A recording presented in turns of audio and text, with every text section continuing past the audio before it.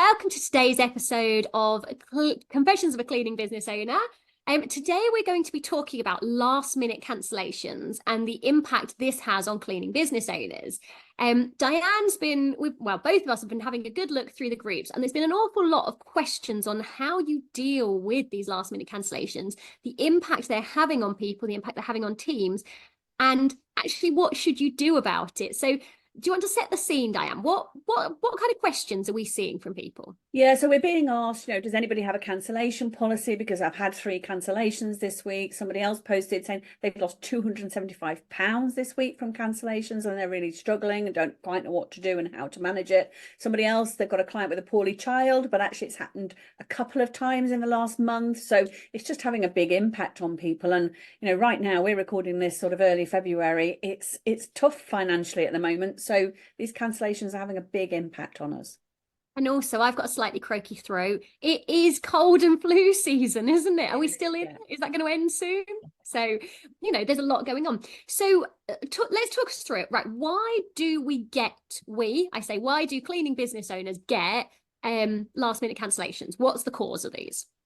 Well, I think sometimes it's the reason a lot of the times clients use a cleaning service because they're busy and they just need somebody to take care of things, and so clients can sometimes not be very organized, shall we say, and last minute go, forgot to cancel the cleaner for that holiday that I've had booked for months.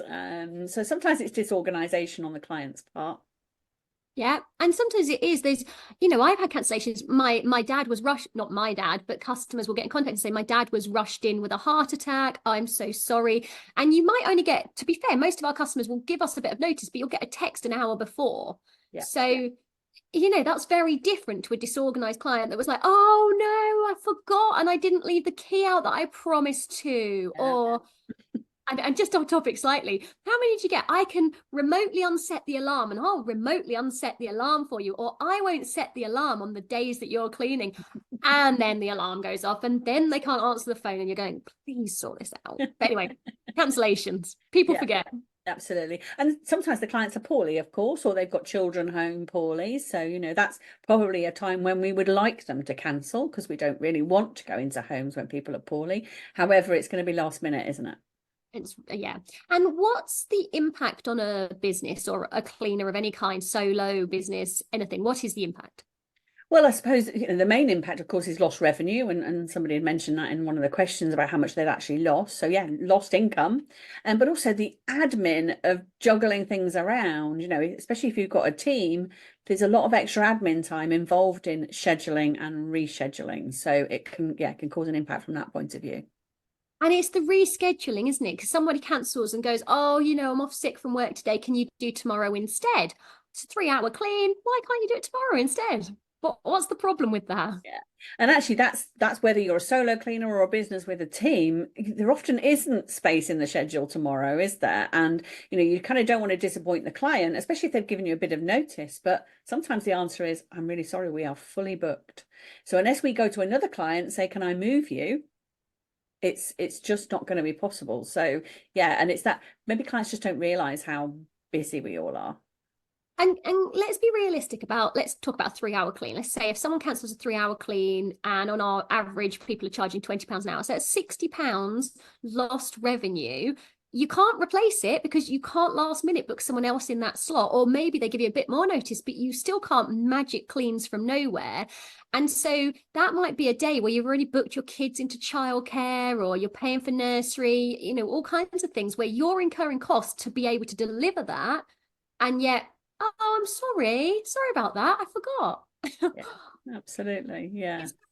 That's £60. So if you are only earning £60 a day, that's 300 a week if you work 5 days a week. That's not bad. That is an income, isn't it? And people don't realize that their little 3-hour clean, that's your job, that you've basically been sent home for the day. Yeah, absolutely. Yeah, it's like you've been sent home with no work. It's like, yeah, it's not good. And also, if you on the team as well, if you've got a team of cleaners, what do you do as a business owner? Do you pay them anyway? Can you find hours elsewhere? Yeah, sometimes it's really difficult last minute. So it's a cost for everybody, isn't it? And it's an interesting one with that, because we're so aware of this issue happening. It then impacts the decisions that business owners make, because they go, well, I don't want to put you on a set contract, because if someone cancels on me and I can't come back to them, I'm in trouble. And so they go, well, I'll put you on a 0-hour contract, or you can be self-employed, because it lowers the risk for me, which then in turn, so the knock-on effect of all of this and not stopping these cancellations is you're then producing an unstable labour force across the whole industry. Now, okay, that's quite a big jump from you accept cancellations to you've got an unstable labour force, but that is the impact. Yeah. And the other thing around it as well is, if it's say it's a fortnightly client and they cancel last minute, that could mean then it's 4 weeks in between cleans, and they're going to expect the same standard at the next clean, aren't they? And that's something that you have to manage as well as part of this. Yes, and that's an interesting one, because I think it's really interesting, because obviously if you had to clean a clean that had been 4 weeks instead of 2 weeks, we know there's probably a 3-hour clean now becomes a 4 to 5-hour clean. Let's say 4 probably. But the reality is, if you're only booked in for 3, you are never going to achieve the same results, and little bits will be missed over. Maybe you're going to miss the fronts of cupboards. Maybe you actually will just miss some of the skirting boards. You won't do some of the level of detail you normally would. The interesting part about this is actually the communication to the customers for me, because if it was me, I'm going to go back to the customers and go, I cannot deliver what I said I would deliver because you've now changed it to 4 weeks. And they'd talk about it, and maybe they'd say, no, I'm not giving you any extra time, but they've now had a discussion and they expect lower standards. But there are so many cleaners, and I would say the vast majority, who are not prepared to go back and tell them, despite the fact we're the professionals and know this. And then customers are like, actually, they've really dropped their standards. They're really poor quality. And I think it's a communication breakdown at this point. Yeah. And I think it's always best to have these conversations in advance. So, you get a fortnightly client cancellation and you're not going back for 2 weeks, then that's 4 weeks in between. You need to have that conversation in advance, because if you wait for the client to tell you there's been a drop in standards, it then sounds like you're making excuses.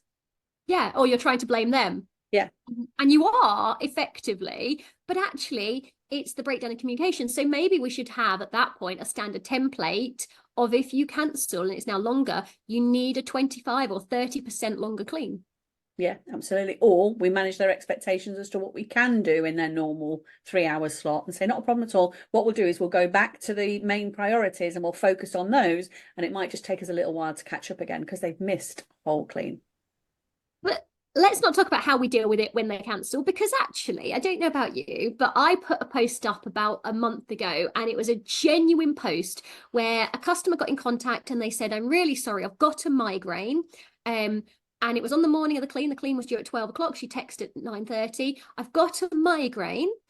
And my response to this was, she goes, I need you to cancel because, I'm going to be in bed. My response was, right, if you cancel, you will incur this cancellation fee. If we go ahead and leave off the room, whichever room you're in, then we will reduce the clean by the amount it's reduced by. And she said, fine, leave off the top floor, which was a bedroom and a bathroom. It was a 4-bedroom house. Leave off the bedroom and the bathroom. So her 3-hour clean went down to 2.5. We charged for 2.5 hours. The staff were happy with that. She was happy with that. She still got a clean. We left her alone with the migraine. Obviously, a migraine is no risk from us. Yeah. But how many of us don't push back and actually say, I'm going to bill you if you do that? She was much, much happier with that result. Yeah. And we've had that where a client, I'm not going to be home and I've forgotten to leave the key. And we're like, okay, not a problem, but we will have to charge you in full because we haven't got any other work for our team and they still have to get paid. And then I'll pop home. Yeah. All of a sudden there's a solution. Yeah. Oh, my neighbour's got a key. Yeah. I'll pop home. Oh, okay. Well, I didn't really want to, but I'll do this. Okay. So terms and conditions, because there's kind of a couple of schools of thoughts on this, because some people go, well, actually, terms and conditions are really harsh. You can't enforce them anyway. What do you think on terms and conditions? And this is, sorry, just to say, terms and conditions, we're referring to it as the same as a contract, aren't we? Yeah. Yeah, absolutely. Well, the thing that with terms and conditions is they protect you and the client, and they set expectations. And, sometimes terms and conditions with with business to consumer can be difficult to enforce. However, it just sets out how you're going to work together and how you're going to, provide the service. So they're essential. And actually, a cancellation policy in those terms and conditions, it just sets expectations in advance rather than after the fact. And that's what I was saying earlier, is that's what's so important. Tell them in advance, this is how things will happen. It's much easier. Yeah, the moment they cancel, if you tell them and say this will be the consequence, and they can do something about it, it's much better. This is the interesting one. Do you always enforce it? So both of us have cancellation clauses. Do you always enforce it? No, we absolutely don't. We take a view as to, first of all, sometimes we're so busy, we're quite grateful for a cancellation, not financially, but sometimes it makes life easier. But actually, in reality, if we've had clients that have been rushed into hospital because they've gone into labour the night before and their husband forgot to let us know. Well, I'm not going to charge a client for that unless we've actually turned up at the clean. If he finally lets us know, I'm going to let that go. Or, like you said, somebody's father's been rushed to hospital. These things happen, and we're human beings and we have to behave accordingly. And, business might have T's and C's, but there are also humans involved and people involved here. So we don't always enforce it, and we usually enforce it to mitigate the loss. So to make sure the team member gets paid, we might have some other work for them, but not as much as they were going to have. So we might only charge them what they were losing, if that makes sense. Okay, so you could put quite harsh T's and C's. So the T's and C's could be as much as you owe 100% of the clean. Now, mine is not, I've got to say. So I think ours is about 25% of the clean, because we've got a big enough business, and actually it's managed well enough that we don't incur massive losses when people cancel. But actually, if I was a solo cleaner, I think I would be saying it was 50 to 100% of the clean. Yeah, Probably ours 50. is actually, if they cancel on the day of the clean, it's 100%. Is it? Yeah, on the day. But I know some businesses have a week's notice on cancellations. We don't. We just say if you cancel on the day, it'll be 100%. Any other thing, then we can usually rearrange things. It's not a problem. But I don't think it matters what your terms and conditions are. It's the fact you have some. And so actually, do you know, ours have changed recently. So ours is within 24 hours, it is 100%. So ours is as brutal as yours now, Diane. But people know about it. And as I've said, what we do is we tell them this is the consequence and we will give you another option. So what do you think for people? Because one of the objections I see, particularly online from cleaners, is, well, what about if I have to cancel? Yeah, and clients will say that, sometimes say that, well, am I going to charge you if you cancel? Which is a bizarre one, because obviously there's no loss of income to the client. But it is a challenge in our industry, isn't it, on reliability? And if you're a solo cleaner particularly, should you be booking your diary so full that actually you can't be flexible? If you can't go on one particular day, you've got no space left in your schedule at all. It's difficult, isn't it? It's really hard, because the thing is, a solo cleaner can't plan for sick days, and we're all sick sometimes. Or I definitely know that there are people that have children that maybe are sick and have to have a lot of hospital appointments, long-term things, and they know that there's a lot going on. So if I was in that situation, which luckily, thank goodness I'm not at the moment, you would have to be looking at 50% capacity to say, well, I'm almost going to have to juggle around half my cleans each week. So let's go down to 50% capacity so that I can keep the ones I want to. Because we know the number one reason that people get rid of cleaners is unreliability. So I think as cleaners, we do have a certain responsibility to be more reliable. And that sometimes means not taking as many bookings. Yeah. And also, maybe particularly as a solo cleaner, you can cover this off with your clients when you first meet them. And just say, look, there might be days when I'll have to move, or weeks when I'll have to move you around. Is that going to be okay with you? So at least your client is, again, you're telling people in advance, not after the fact when problems arise. So actually their expectations are maybe, it's okay, I don't mind being flexible. Or they might go, actually, I'm going to choose a different service because I need that reliability. Yeah. But it's interesting for the ones that want reliability, they actually really like terms and conditions because what they're seeing as a business, they're going, I need reliability. So for example, I need stability from my customers because sometimes I have instability from my staff. So I need stability somewhere in order to be able, you can't be flexible on all sides because it's impossible. And you have to have stability at one point as much as possible. Yeah, absolutely. So yes, it's not easy though, is it? It's, if you allow your customers to cancel, it's going to lose your business money, no matter what size your business is. But if you don't allow it, then it's sort of onerous for your customers, isn't it? And also you've got that risk of, if they're poorly, they might not tell you because they're going to get a cancellation fee. So there's so many things going on with this, aren't there?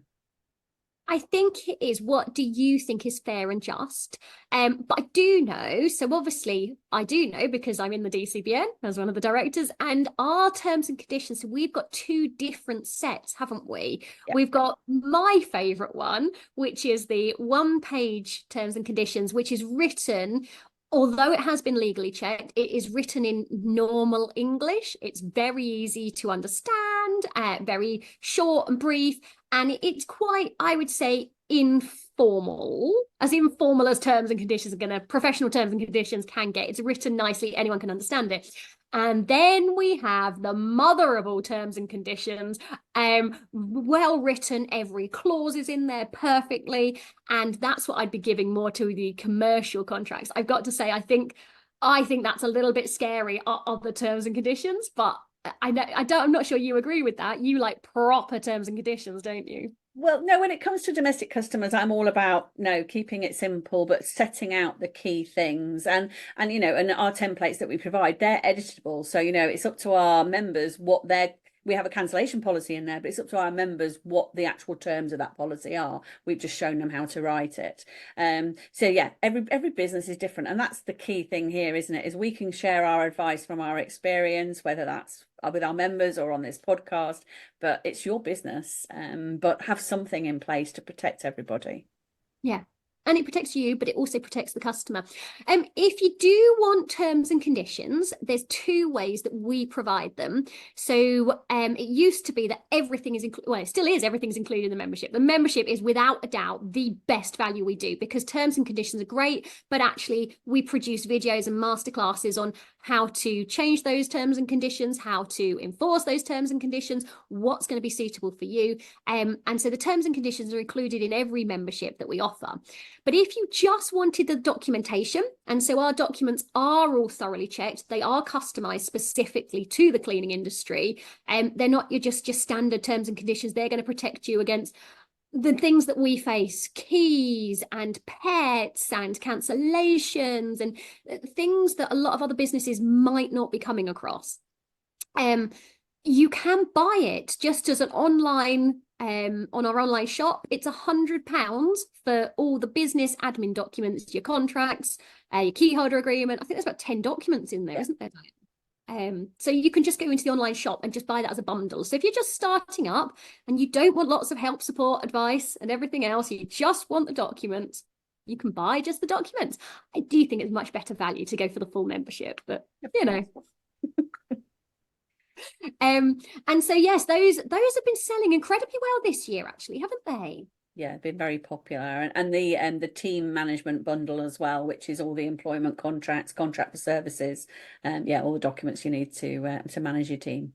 Although I do think by the time you've bought both bundles of those, you're virtually at annual membership price. You might as well buy an annual membership and get all the support that comes with it and all the training videos, and it's a no-brainer. I'm sat here like, just, we make it so that basically we do membership, so we get to interact and we know that you're going to get the best value. Absolutely. Yeah. So yeah, cancellation policies. Thank you for that, Diane. And yes, if you'd like to, obviously go on. There's loads of support on there. You can buy the bundles, buy the documents. But whatever you do, please have terms and conditions. Thank you. I can't find the off button. I thought I was going to sneeze halfway through that. And I was like, oh my God, can I get to